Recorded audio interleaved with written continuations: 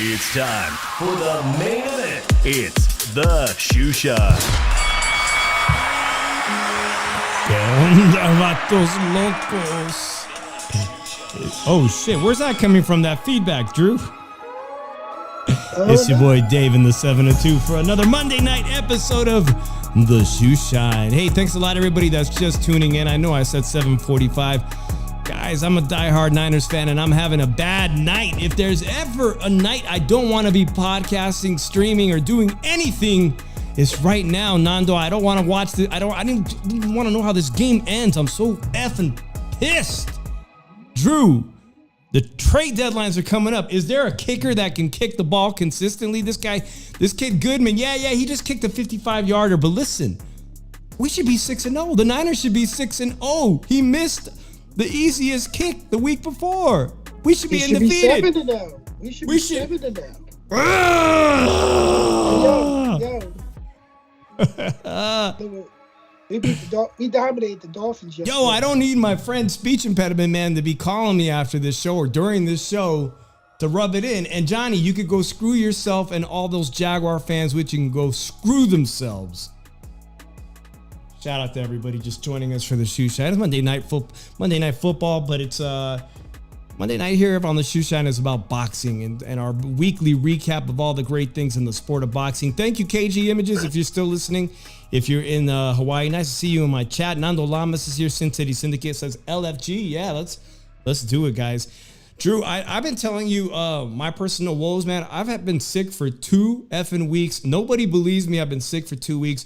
And today, I had made that little video about that event, but a couple of people reached out to me that were at that event, that YouTube event, and told me they got COVID. So it's like I got COVID going to the same event.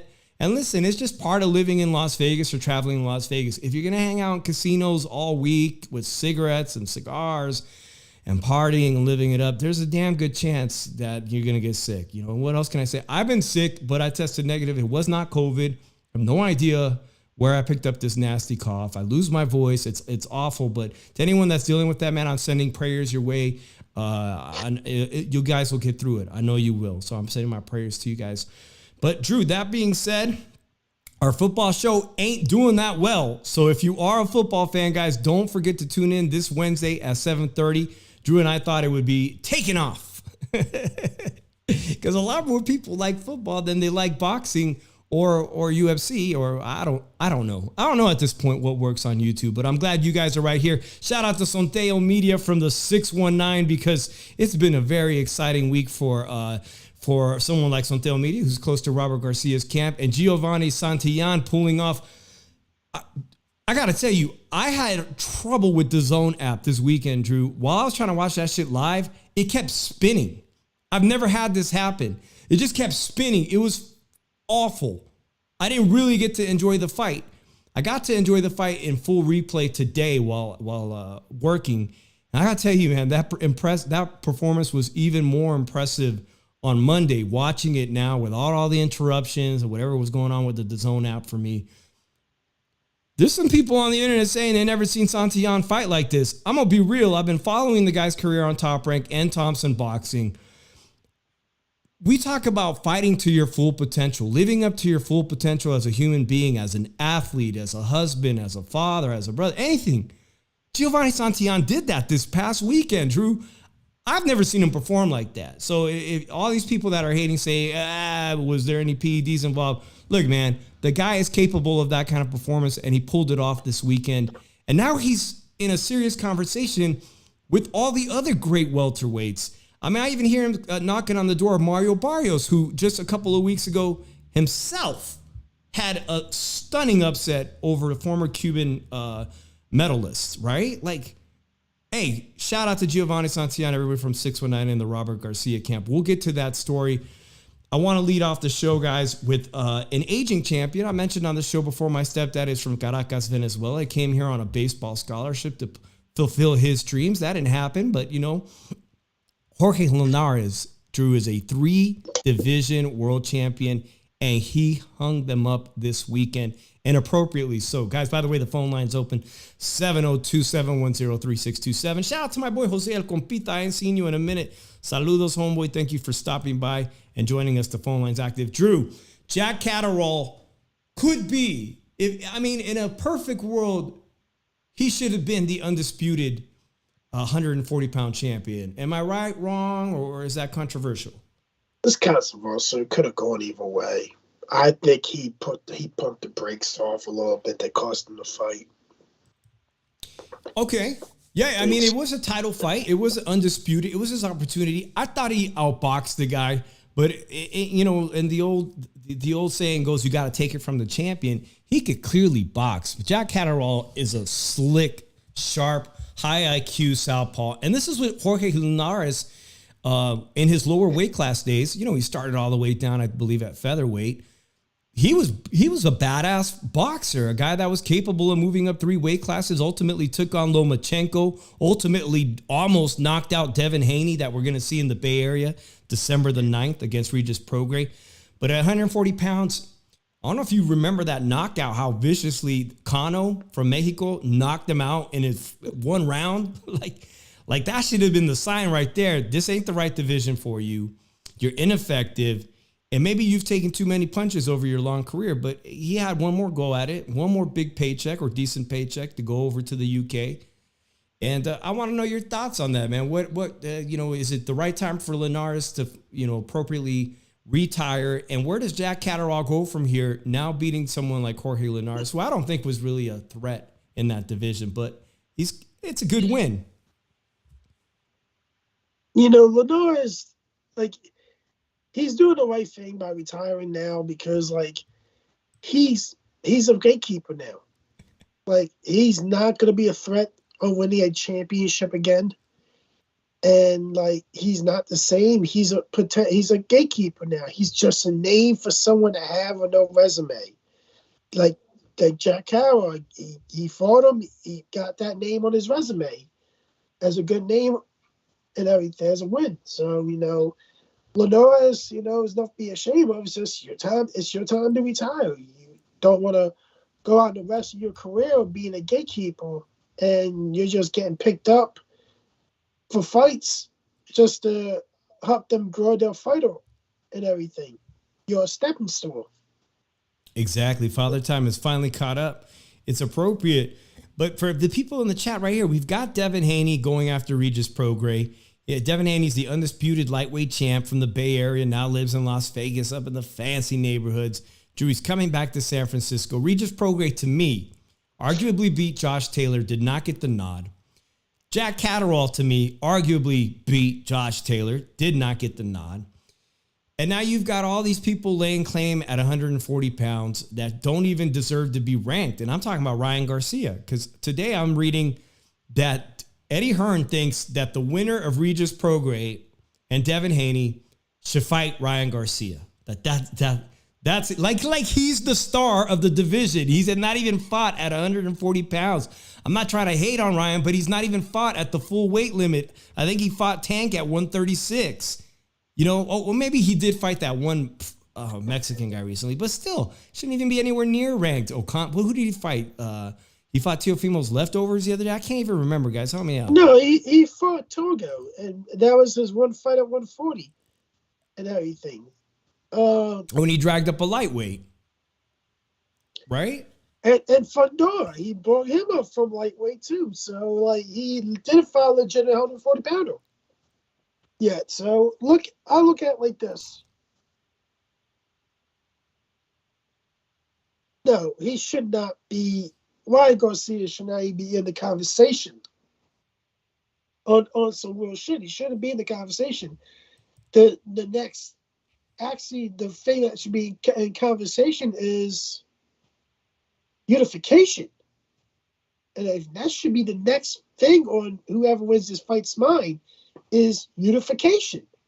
Yeah, I agree. And Teofimo has one of the belts. I know that Teofimo's been in the news a lot. He's been very vocal about fighters' pay, what's going on in the sport of boxing. Of course, Drew and I barely even talked about the fact Showtime is officially out now. Showtime will be out, and PBC is looking for a new home.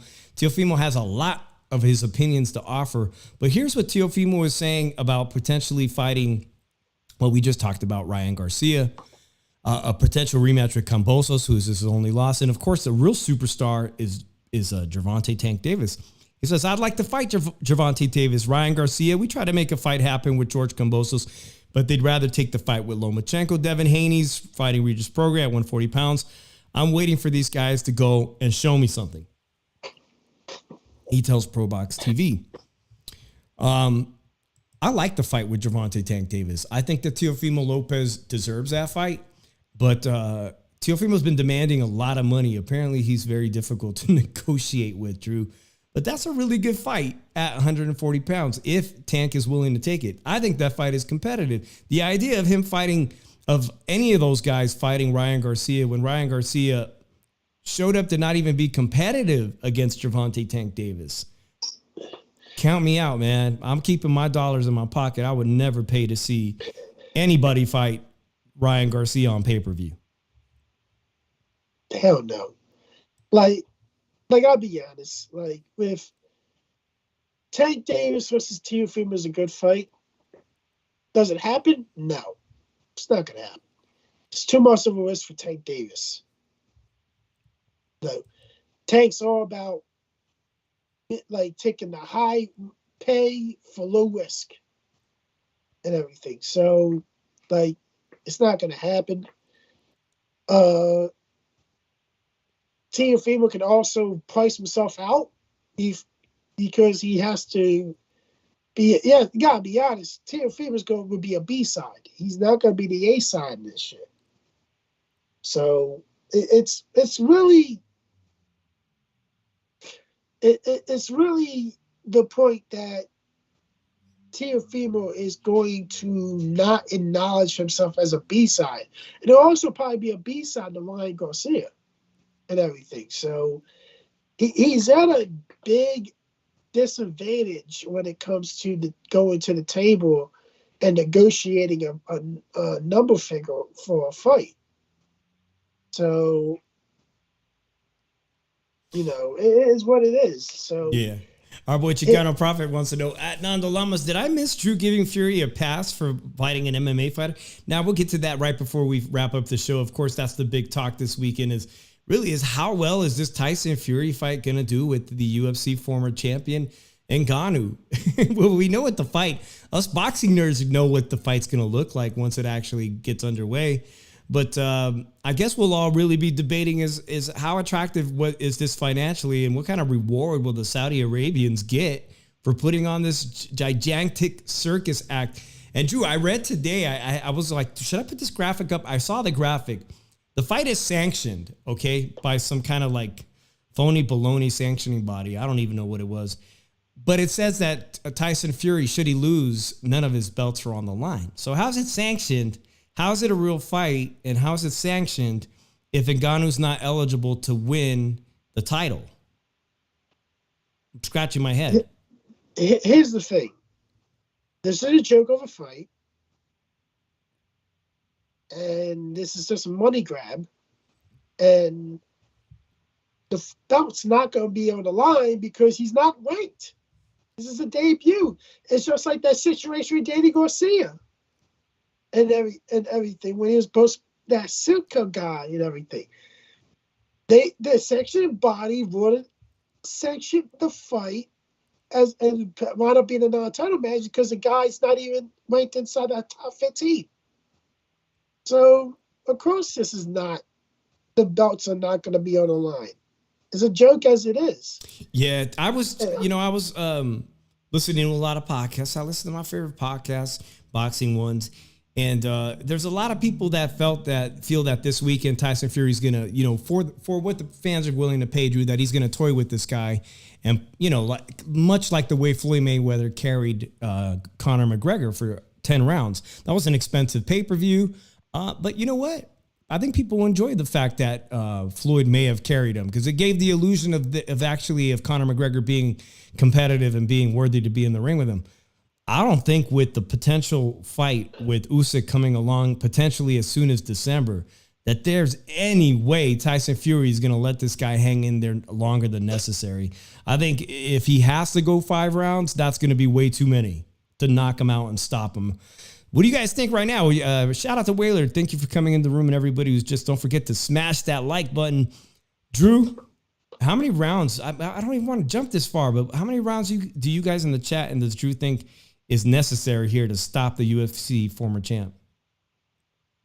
I'm saying 6 rounds. Yeah. I'm curious, guys. I have not seen the odds. If there's anybody in here, Sin City Syndicate's in here, throw up the odds on what the over-under on the amount of rounds is, because we'll just briefly touch on it again at the end of the day, at the end of the show. But I don't think he needs to be wasting his time with Ngannou too much, but especially this was a good exercise as a tune-up to get in shape. We know Tyson Fury gets heavy. I've been watching that stupid Netflix show, which is actually not that bad. He likes to get heavy in between camps, Drew. And this is basically just one way of getting in shape for Usyk, really. And if he could avoid any serious damage with Ngannou, then shit, he's halfway into being in the shape he needs to be to fight Usyk later this year or early next year. All right. Oh, damn it, Nando. I know. What do we got here? 34 seconds left. Go from potentially 6-0 to 5-2. I ain't happy about it. And hey, if Johnny is listening or watching this show, your punk ass better call November 12th, Jaguars versus 49ers. And he said he's going to put his money where his mouth is. So I'm waiting for Johnny Savage to call in my show. We'll see how that pans out. Yeah, I think the Niners, Drew, I think we need that bye week. We need that bye week. And I think we're going to get it after the Bengals. The Bengals are going to be a really tough game as well, one that could easily go either way. The way the Niners are playing with their momentum, their injuries, all their hurt players, we really need that bye week to come sooner than later. Yeah, Black probably being exposed. Yeah, well, I don't know about being exposed. We'll talk about that Wednesday. Shit. All right, let's get to the next big event, Drew. The DAZN card, the Golden Boy card on Saturday night. We saw Fundora, the Towering Inferno's sister, beat a Mexican champion and by stoppage. Let me give kudos to her for doing something that most women in women boxing can't pull off, and that's get a stoppage. That was cool. Yeah, I gotta say, she got stoppages. You don't see a lot of stoppages in women's boxing. Good for her. She's a champion now. She's a champion now, which is. I guess I'm a little bit surprised she beat her brother to it. I mean, obviously, there's not as many women competing like there is men internationally in the sport of boxing. So maybe it came easier, but she deserved it. She got a stoppage over a credible champion herself. And so that was really, really nice. There was the guy, I enjoy watching. I can't even remember. I'm pissed off about this. Is Spanky? Is it Sparky? Is it Spanky? Can you guys please correct me? Well, I can see the resemblance from her and her brother. Scrappy, not Spanky, not Scrappy. Yeah, the former football player, and is how he got his name. Guys, I had reached out to Scrappy really early on in his career before Oscar signed him to this fight deal that you guys have seen him on now. I read his bio, his story, and I reached out to him, and he shot down my request for an interview before he even had this cred. So hopefully, things will change because, the Shoe Shine is such a big show now, Drew. Maybe he'll have a change of tune. But he did something amazing, too. This guy has not had an amateur career. He literally walked into Freddie Roach's gym as a former high school standout football player. And he's not a particularly big guy. The guy's campaigning at like 115. And he's got a hell of a professional career. Apparently, with this win, He's now ranked himself high enough to potentially get a fight against Ioka. This shit's crazy. That's crazy. The basically walking in your late, 18, 19, 20 years old and saying, I want to be a pro fighter. And to have this amount of straight wins as a professional, learning on the job, he's fun to watch. I'm not going to say that he's going to beat somebody like these world champion level guys like Ioka or the other great Mexican champions like Cuadras or even Bam Rodriguez. Come on now. But I think he's going to be able to hang in with some of these people and give them good fights eventually. I don't know if he's ready for that. I don't think with the seasoning he's had, he's ready for that. I want to know what you guys think about Scrappy. What you guys think about Scrappy? You think he's ready with all these just only professional fights to take on the likes of somebody like Ioka? Drew, you're shaking your head. Nah, huh? He's going to get roasted. He's going to get killed. What are you laughing about? Nah, I'm looking at the chat, but wait, is it this one? I think Drew has a crush on her. Some dudes like that nerd look. Who? Fundora? Who's this? Who's saying you got a crush on? She's not my type. She's not my type. She looks just like her brother, unfortunately. Gabriela Fundora, not your type. Okay, well, yeah, and brother's looking more like Tom. I want to be Tom Selleck, the mustache. All right, we got a call. Let's take the call while we're on this Giovanni Santillan. Tonight's going to be a short show. The Niners have lost. Hoping to go another 30 minutes with this. Eagles won. Rub it in. Eagles, Eagles. What's up, Lukey? Boxing is in the house. You already know. Yeah, my boy Lukey's here. Talk back. Lukey, it was a hell of a weekend for Giovanni Santillan. Let's get to this main event. It's cool. It was cool. How about all those hooks he threw in a row? How many? I think I counted 7 hooks before he threw his right hand. Or he's a southpaw, right? But he landed like 7 hooks. Round 5 and 6 were phenomenal. I mean, to me, it was just a one-sided beatdown. It looked like almost like insider trading. It makes me wonder if there was sparring and Robert Garcia and Giovanni knew something that the world didn't, because they came out like bullies. And the body language of Rocha was very much like, hey, man. Hey, what are we doing here? You know, it was fireworks just went off, by the way. I went outside and fireworks went off. It wasn't gunshots? I mean, it's cool. Yeah, it's cool to see those kind of fights, man. Isn't that what we tune in, Drew? And yeah. Like, we tune into this stuff, man. We tune in to see a guy that's not supposed to show up and get beat up, annihilate a guy, and possibly, you know, change his career. That's why we sit around and instead of watching 48 Hours, the movie, a classic, Back to the Future, we watch boxing to see some shit like this, crap like this. Don't want to get you demonetized. Yeah. Oh, don't worry about that. Don't worry about that one bit. Listen, so you mentioned that they've had a history of sparring.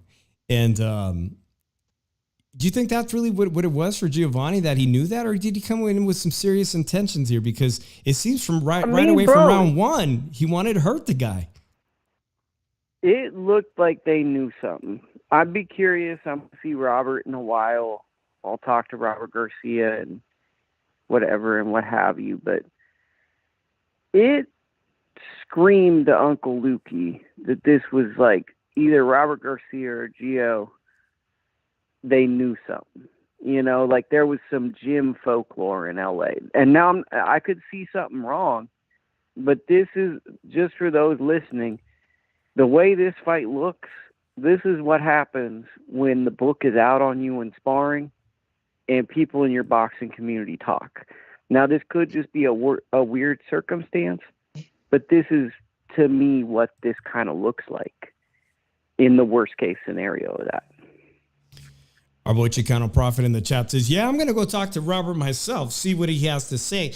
And Drew, you know what? Maybe I'll just take a drive down to Riverside. I don't know, Lukey, if you heard, but Robert bought his own carniceria, which, you know, for Mexican folks, that's basically a Mexican butcher shop. He got his own carniceria now, man. He could buy your carne asada, your pollo asada. You can get your pig feet, and anybody could go down there and holler at him.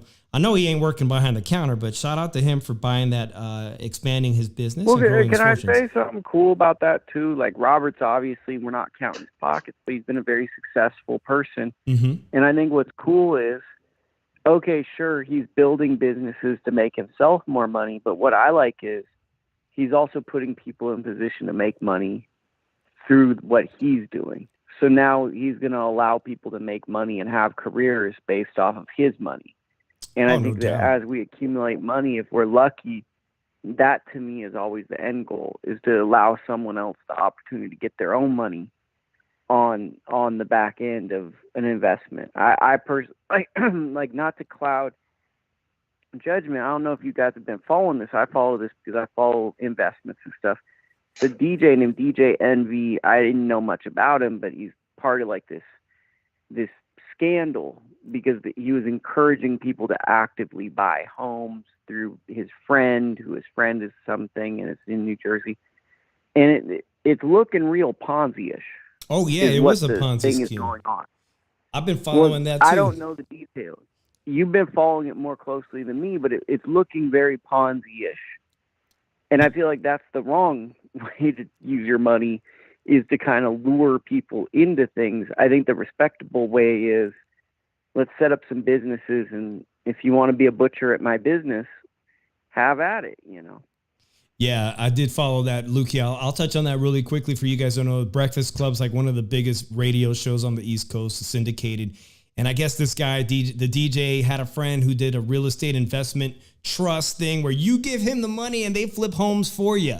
And they swindled some very intelligent, high-earning professional people. They swindled families. They swindled young investors for millions, and basically just took that money and broke off like in a Ponzi scheme. Just pay off people along the way, just enough to keep people satisfied and whatnot. But there was never any real home flipping going on or anything. It's just a giant Ponzi scheme. But as far as Robert Garcia, we touched on that guy, and he said, yeah, congratulations to him.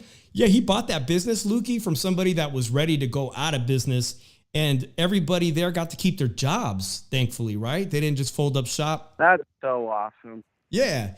So it was an established business, but Robert saw the opportunity to buy it. And like any smart Mexican guy in the hood knows, shit, those businesses make money.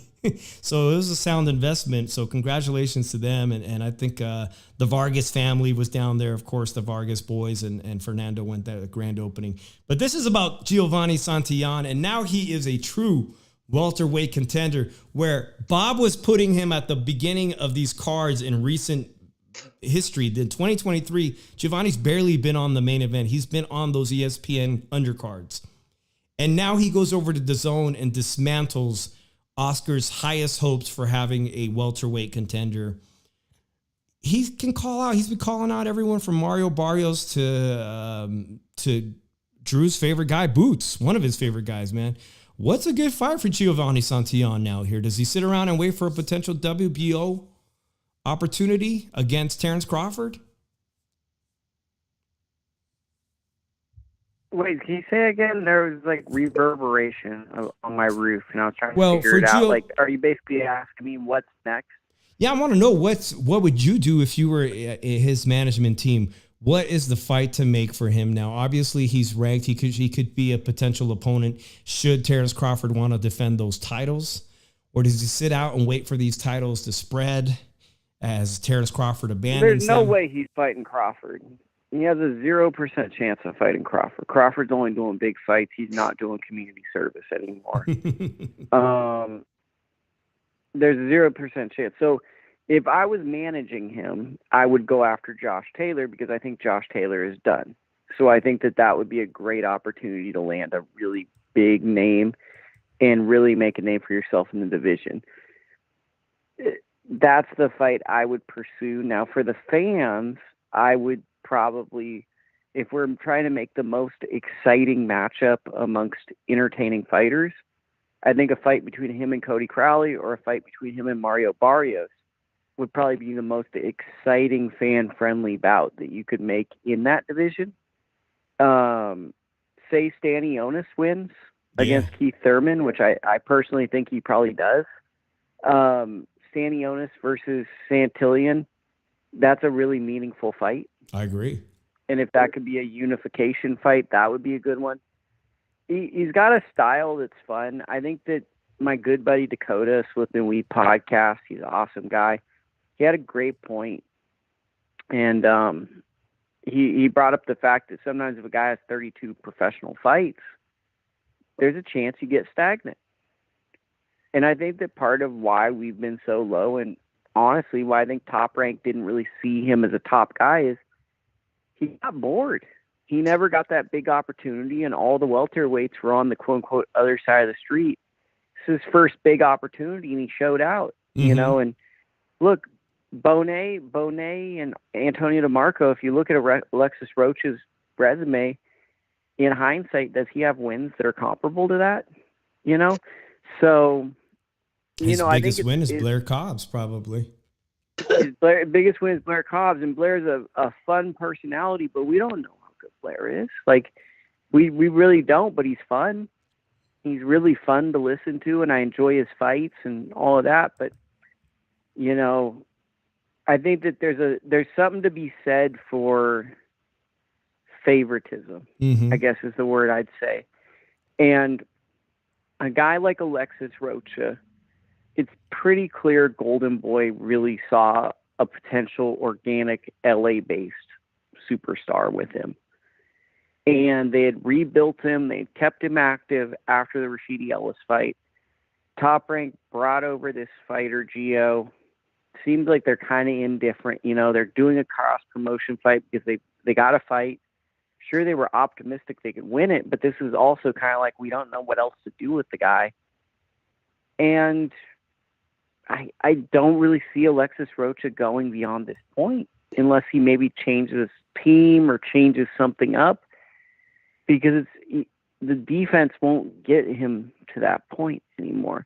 But what I'm rambling now. I'm rambling, and I'm not being a good person on a podcast. Well, let's give Drew an opportunity, because Boots is Boots being a Philly guy. Obviously, Drew's going to feel strongly. Drew and Chicano Prophet's in here. Chicano had an extensive interview with Crowley. I think Crowley is a very spiritual guy, and I'm concerned, Drew, that he mentioned retirement on IG. So I don't know how serious Crowley is, but he's a good opponent for anyone at PBC. So is Stanionis. So is Mario Barrios, Drew. And so is your guy Boots Ennis. He's a good fight for anybody. How do you think Santillan does against any of those? I don't think he beats Boots. I think he's too athletic, like Tony said. And I think Nando would be mad because me and Tony said that and everything. I think Giovanni will probably be favored against. You could say he's I don't know. Do we add? Like, I think he beats Barrios. Giovanni. I think he stops Barrios. I think that's a good fight, Drew. In his corner, was it Santos today already released on the Boxing Voice a statement about that they welcome that fight if it can be made. Both of them are coming off strong performances where they were the underdogs. And Chicano, we see the Chicano against Chicano fights. They do incredibly well with the public, I think, especially in Southern California. And Cody Crawley is confirmed. He's retired. Anybody know why? Yeah, to tell you the truth, when you're sitting in inactivity and they're not able, and your promoter cannot make fights for you, and you're sitting around not doing nothing, being depressed and not making no money at all, that takes a lot out of you. And plus, tell you the truth, at his age and everything. How old is he? He's like 30 or 31. Well, that's exactly how. Isn't? Let me ask Lukey. How old is Giovanni Santillan? He's 30 about that, right? I mean, yeah, he's somewhere around there. I want to say he's 31. Damn. So it's time for these guys to get paid. I had no idea that Crowley had been that inactive. I remember he got this like an eliminator. He fought like a European fighter guy or a Russian guy, and he wasn't expected to win. He's and been he did in that. like 3 eliminators, bro. Damn, he's been in like an eliminator, and then he'll be like, I want to fight as much as possible, and then he'll be out for the rest of the year. That sucks. That sucks. So do you call Yeah, it? Do you really hang it him seems up, or like do you look he's- elsewhere? I mean, I think he deleted the post. I think he wanted to be in the building for this fight, and they wouldn't credential him or get him in the building, which is stupid. And I think that he's just mad because he fought Abel Ramos. It was one of the most exciting fights of the year. Right. He deserved to get another fight. And then, just looking at it, Showtime was leaving boxing towards this back end. Crowley would have gotten his fights this end of the year. Like, Crowley probably would have been on the Sean Ergashev, Sabril Matisse card or one of these pay-per-view cards. Guess what? There's two pay-per-view Showtime cards. We know we don't even know the undercards officially for either card, and we're basically a month out from the David Benavidez Demetrius Andrade fight, and we don't even have the undercard announced. The December 9th card, we're getting it speculated. There's rumors there's a December 15th Showtime card. I highly doubt it, to be You don't honest think with that you. one's I going highly to doubt come we through? get one. I don't think so. Okay. I don't. What, like, who's going to be, like, would that be we're going to do community service and Floyd's going to fight Mikey Garcia as an exhibition just for the good of the Showtime public? Like, what's the main event? If Thurman Stanionis is going to be on pay-per-view, what's the fight that Showtime puts on for that card? Yeah, and not to mention it coincides with the December 9th date in the Bay Area, where most people, hardcore boxing fans, want to see what Devin Haney's going to do at 140 pounds. I found it difficult to believe, too, that they were going to be willing to go up against that fight, right? I mean, it's typical boxing, bros. Boxing is filled with so much hatred. It's like, here we have this great fight with Devin Haney, Regis Prograis. In my region, in the Bay Area, people can't stop saying enough negative things about Devin. And for whoever he is and whatever he is, and as problematic as he is, he's pretty friggin' awesome that he's actively pursuing great challenges as best as he can. Mm-hmm. Who cares if you don't think he won fights, whatever. All I see on my phone, on the internet, from people, not even people that are personalities on YouTube, people that are in boxing gyms, are people just hating on Devin, right? Now we're going to have another network counter-program it to force boxing fans to pick one fight, because probably neither will have a replay option. So if you buy the other one, I doubt you could rewind it and watch the pay-per-view. So they're literally going to split the already fractured audience that's losing investors in boxing. Let's split it in half. To me, it's a very mean-spirited and malicious, purposeful attack almost. It sucks because it's just, boxing's a sport where I feel like we're so divided, where people actively cheer for boxing's downfall, or the best interest of the fan is actively cheered against. And it sucks. Like, Showtime leaving boxing absolutely sucks. And it also sucks that one of their final pay-per-views, one of their most interesting pay-per-views, is going to seemingly go deliberately head-to-head with Haney or whatever. And I get it, because they can't go December 2nd because Ryan's fighting. They can't go 16th. Or they could. Showtime could. Mm-hmm. They're not putting cards. They could go even with Ryan. They could go even with Bam versus Sonny Edwards. Which is a great fight. It's mind-boggling, right? Like, it's like, okay, this is Devin's big moment. Oh, let's throw the final Showtime card counter program. It speaks to boxing, where, like, when we're going to have a great night of boxing, here comes someone to divide us, right? Isn't that what boxing is nowadays on the internet? How can we be divided? How can we not get along? That's what this is. Let's go to the great Swami Drew Evo, who is almost magical with his psychic prowess with pay-per-view numbers. Drew, Devin Haney is selling well. I hear they sold almost 9,000 tickets.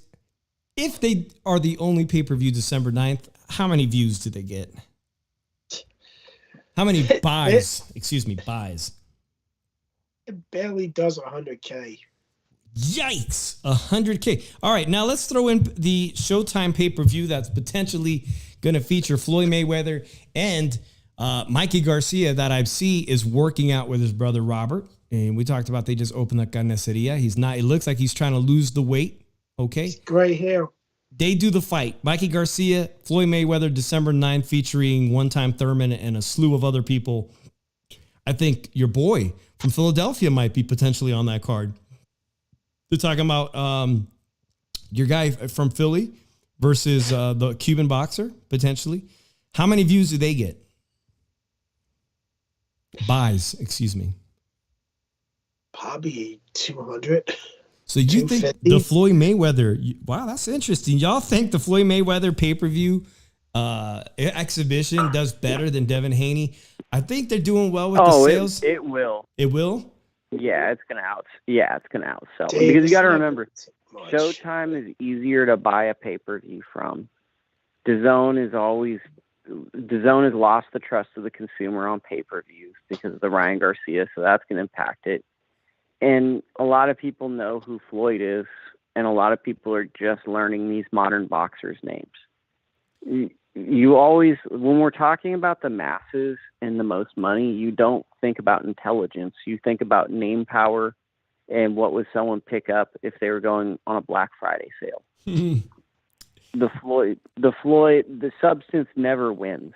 It's just going to be whatever's dressed up and polished. Floyd will outsell Devin Haney. Well, let's talk about, we're talking about pay-per-view numbers. We're going to speculate on what this Fury and Ngannou Saturday special from Saudi Arabia is going to do in just a second. But there is some other interesting boxing going on this weekend. Real quick, if you're into women's boxing, I thought Fundora did a very impressive. This weekend, Drew, Serrano is back versus Ramos, okay? 12 rounds. Look at it it's being advertised right on the graphic right here, okay? They did an X across the women's, and they just said championship boxing, 12 rounds, 3-minute rounds, 36 minutes. She fought Katie Taylor for only 20 minutes, 10 rounds times 2-minute rounds. You're going to get 36 minutes of Amanda Serrano. Does she need that much to stop this woman? Is there any point in doing this? I don't know. I'll be honest with you. I might not even watch it. He's not even going to watch Friday. Is anyone going to watch Serrano on Friday? I'm going to probably watch the replay. I think, and I hope, that the purpose of this is to see a stoppage, because I've now seen 2 women's stoppages this year, one on DAZN. Actually, both of them were on DAZN by Mexican, Fundora's Cuban, and I saw a Mexican-American girl knock out a UK girl. But I'm hoping to see a stoppage here. Is that bad? Is that bad that I want to see stoppages of women's boxing? Lukey, is that a bad thing? It's not a bad thing, but I mean, look, it's Halloween weekend. Yep. Right? Sometimes we have to think about this like actual people and not just people that love boxing. They're talking on a Monday night about fringe boxing. It's Halloween weekend. A lot of people like women. A lot of men like women. Women dress up really attractive for Halloween.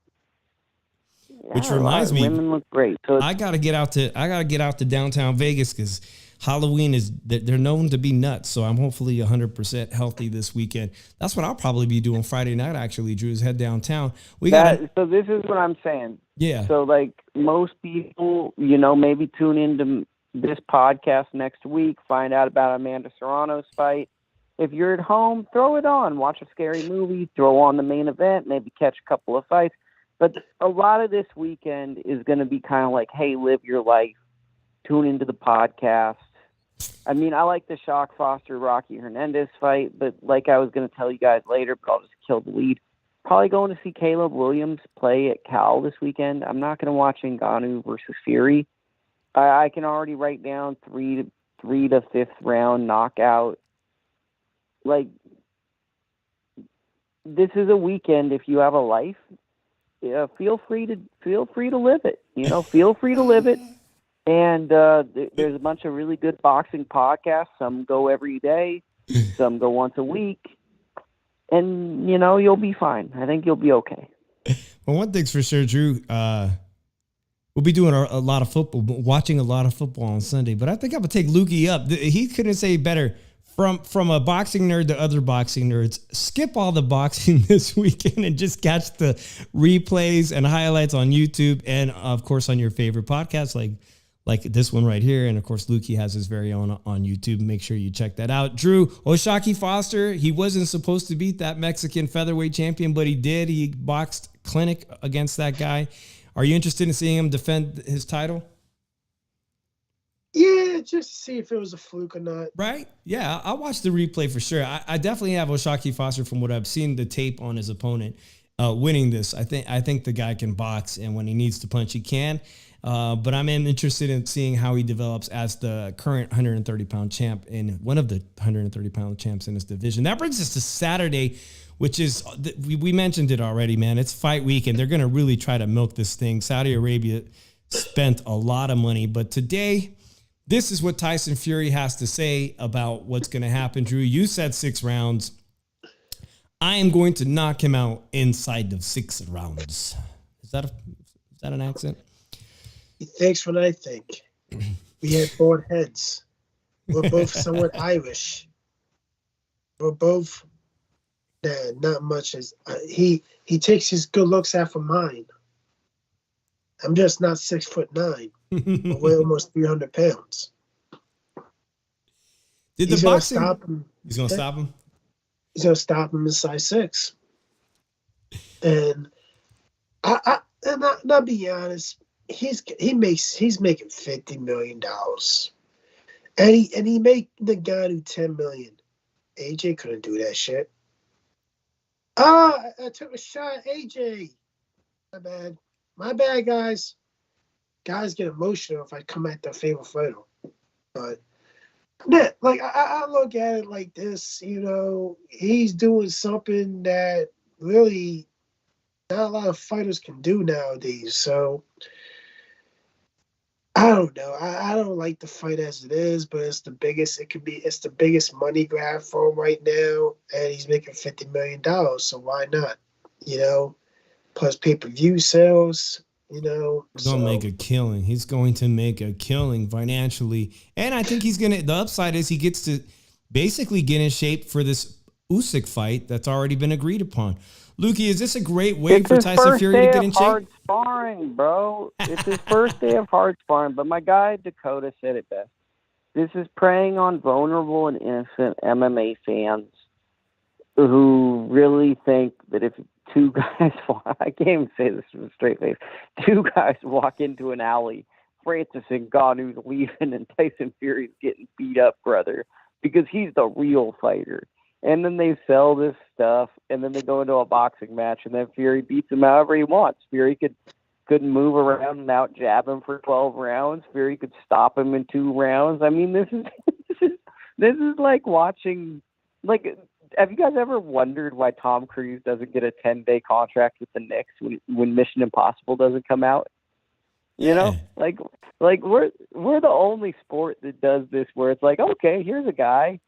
He kind of does like, what if an arena football player got to be the quarterback of the Indianapolis Colts? So like, it's the same thing. Maybe you could take him to the Super Bowl. This is idiocracy. So what this fight is an intelligence test. I love everyone listening, but if you think Ngannou's gonna win, sorry, crack myself up. If you think he's gonna win, you might have to reevaluate like where you put your money, what you do with things, because this fight is just going to kind of tell you a level of your boxing intelligence. You're paying for an $80 movie. You're paying for WrestleMania. You're paying for an event where these guys are going to say a bunch of funny things and then Fury's going to beat him up. Does that mean that Ngannou's not good? I'm sure he's good at the MMA stuff, but this is just the carnival. It is just 2 big buff guys appealing to 13-year-olds and their parents going, what if he lands a big right hand? It's the brother of Kimbo Slice fights. This is like the direct descendant of Kimbo fighting for a world title if we ever got there. Oh, man, I saw Kimbo beat a guy up on an internet video. What happens if he fights Antonio Tarver? I mean, it's a joke. I'm going to go to the Cal game. I'm going to watch Caleb Williams. People have told me he's really good. And I'll probably do a live reaction on my very average channel, which will be like, wow, Fury won. Shocking. Like, that's my thoughts. Drew, I got to ask you, no disrespect to MMA fans, because they're great fans. They're a great fan base, and they spend a lot of money following their favorite fighters. But have they not learned anything from recent history when two YouTube brothers, Jake Paul and Logan Paul, basically made mincemeat? And both of these guys that they fought were superstars in the UFC. I'm talking about Nate Diaz, who apparently they've just agreed, or they're on the verge of agreeing of an actual cage match now. So, respects for that. They're going to give it a shot in the cage. But have MMA fans not learned anything? I mean, we know, boxing hardcore fans know, anybody knows that to learn the disciplines that are going to require you to be competitive and excel in MMA, like jiu-jitsu, take years to develop. So why would you think that just because you throw strikes in kickboxing class and take a mixed martial arts class, that you're going to suddenly beat guys who've been boxing their entire lives, including having amateur pedigree? Why would you think that you would pick up on that? I mean, literally, just Jake Paul, who's been boxing nonstop for 3 or 4 years, beat Nate Diaz, and then his brother Logan Paul, who doesn't even train every day in the sport of boxing. He does his podcast and other ventures. Did he just embarrass that guy? Like, that wasn't the most embarrassing performance. The guy's over here trying to guillotine him. Like, that Diaz Jake Paul rematch, I think that's a boxing rematch. The zone is throwing that. So it's probably a boxing rematch. I would not pay for that shit. I would not even probably watch that shit. That fight was horrible. And to Lukey's thing, use your money on something else. Lukey's basically telling you, go out and buy a hooker or something. To save save yourself the money, huh? Probably get your money's worth with a hooker. But they're going to need a big chunk of the MMA audience and global audience to buy this event to cover the purse. They're going to need a lot of people to buy this internationally. Will they be successful? Here in the U.S., how many views or pay-per-view buys do you think this will do? Yeah, you got to look at it like this. I think the MMA fans are going to be most of the buyers on this. I think it does a lot in the UK and everything, but, I see this doing maybe 250 at most. In the U.S., it might do a lot more in the U.K., but it's just nobody's paying $84.99 for this shit. It's a $40 card at max, because it does have a good undercard, but it's a $40 max card. I'm not paying $84.99 for this bullshit. That he's gonna carry him for 6 rounds and everything. Dude can barely fucking keep his gas tank active. The guy do. Like guys, I'm gonna say something. Boxers never transition into MMA well. It's just like MMA fighters. They never transition into boxing well. It's a cycle that keeps repeating itself.